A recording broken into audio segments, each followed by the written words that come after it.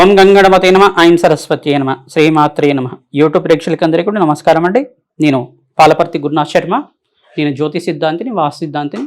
గోచారరీత్యా గ్రహాల యొక్క స్థితిగతి, కలయిక, వీక్షణ అంతా కూడా ఏ రకంగా ఉన్నాయి, వారి యొక్క ఫలితాలంతా కూడా గోచారరీత్యా మానవులకంతా కూడా ఈ యొక్క మాసాది ఫలితాలంతా కూడా ఏ రకంగా ఉన్నాయో తెలుసుకుంటున్నాం.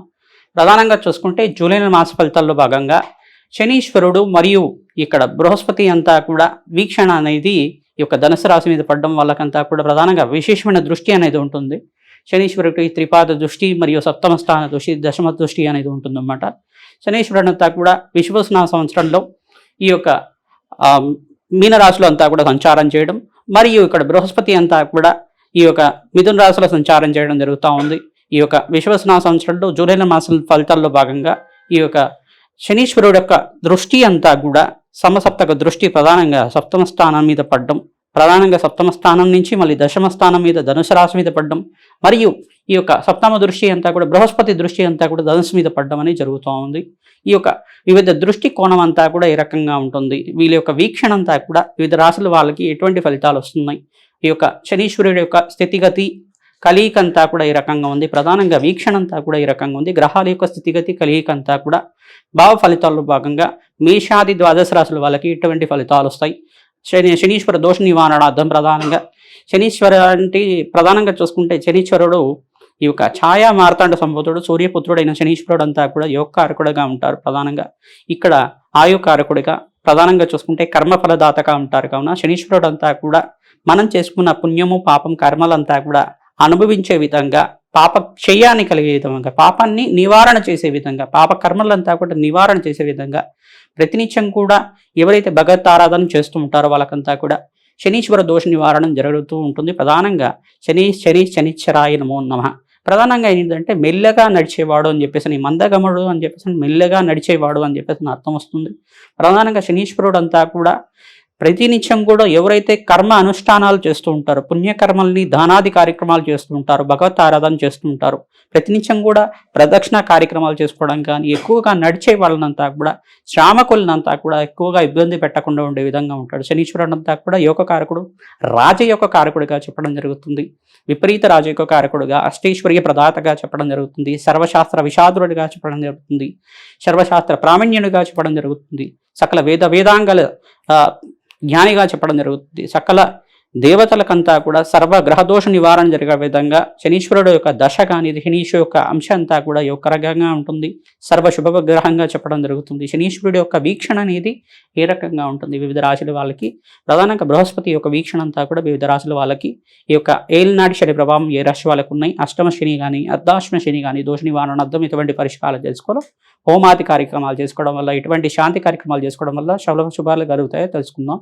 ప్రధానంగా చూసుకుంటే కాలభైరవ స్వామి ఆరాధన చేసుకోవడం వల్ల సకల గ్రహదోష నివారణ జరుగుతుంది. దత్తాత్రేయ స్వామి వారి ఆరాధన కానీ, మేధా దక్షిణమూర్తి ఆరాధన కానీ, శివాభిషేకం కానీ చేసుకోవడం వల్ల బృహస్పతి అనుగ్రహం లభిస్తూ ఉంటుంది.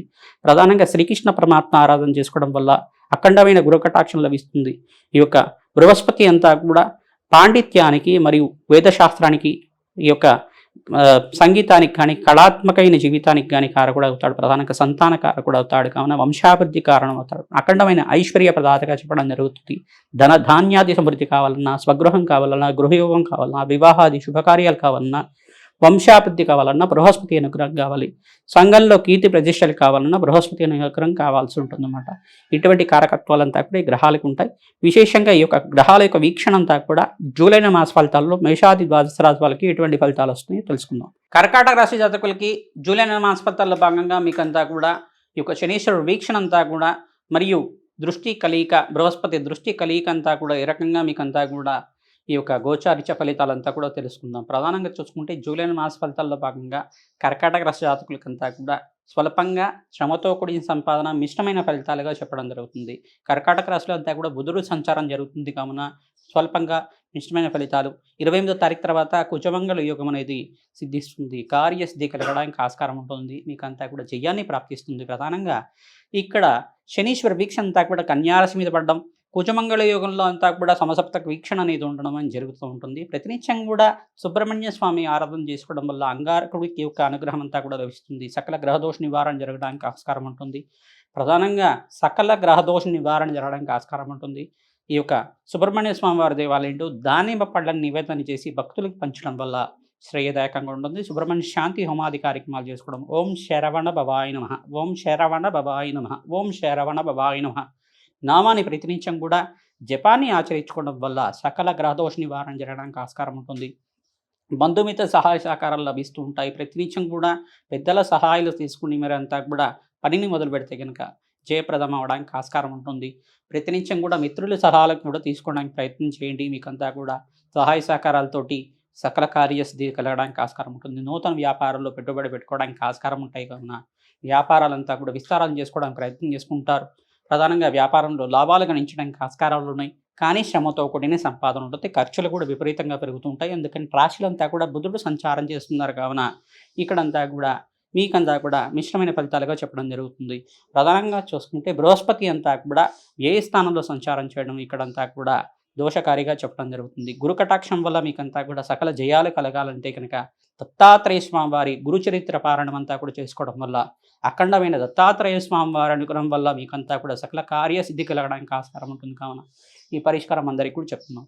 ప్రతినిత్యం కూడా మీరు ఈ యొక్క మేధా దక్షిణామూర్తి స్వామివారి ఆరాధన చేసుకోవడం వల్ల అఖండ గురు కటాక్షం అంతా కూడా లభిస్తూ ఉంటుంది. తద్వారా అష్టైశ్వర ప్రాప్తి లక్ష్మీ కటాక్షం కలగడానికి ఆస్కారం ఉంటుంది. కావున ఈ పరిష్కారం అందరికీ కూడా చెప్తున్నాం.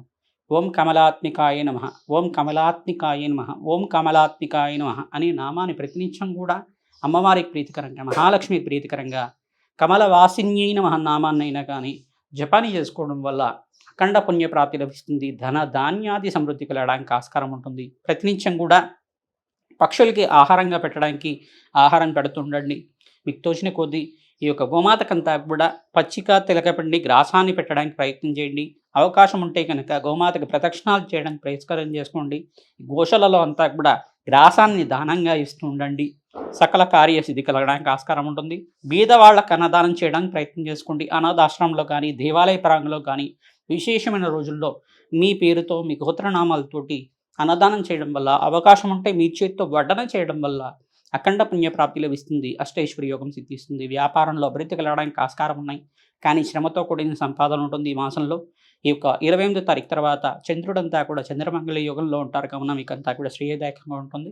అఖండమైన అష్టైశ్వర్య యోగం అంతా కూడా సిద్ధించడానికి ఆస్కారం ఉంటుంది. ప్రతినిత్యం కూడా లక్ష్మీ కుబేర హోమ శాంతి కార్యక్రమాలు పాల్గొనడం వల్ల సకల కార్యసిద్ధి కలగడానికి ఆస్కారం ఉంటుంది. జన్మ జాతకమే ప్రధానమైన జాతకంగా ఉంటుంది. జాతకాల్లో గ్రహాలకి దోషాలంతా కూడా పరిష్కారం చేసుకొని ఈ యొక్క జ్యోతిష్య పండితులతో చూపించుకోవడం వల్ల మీకు అంతా కూడా అష్టైశ్వర్య ప్రాప్తి కలగడానికి ఆస్కారం ఉంటుంది. శ్రీమాత్రి నమః.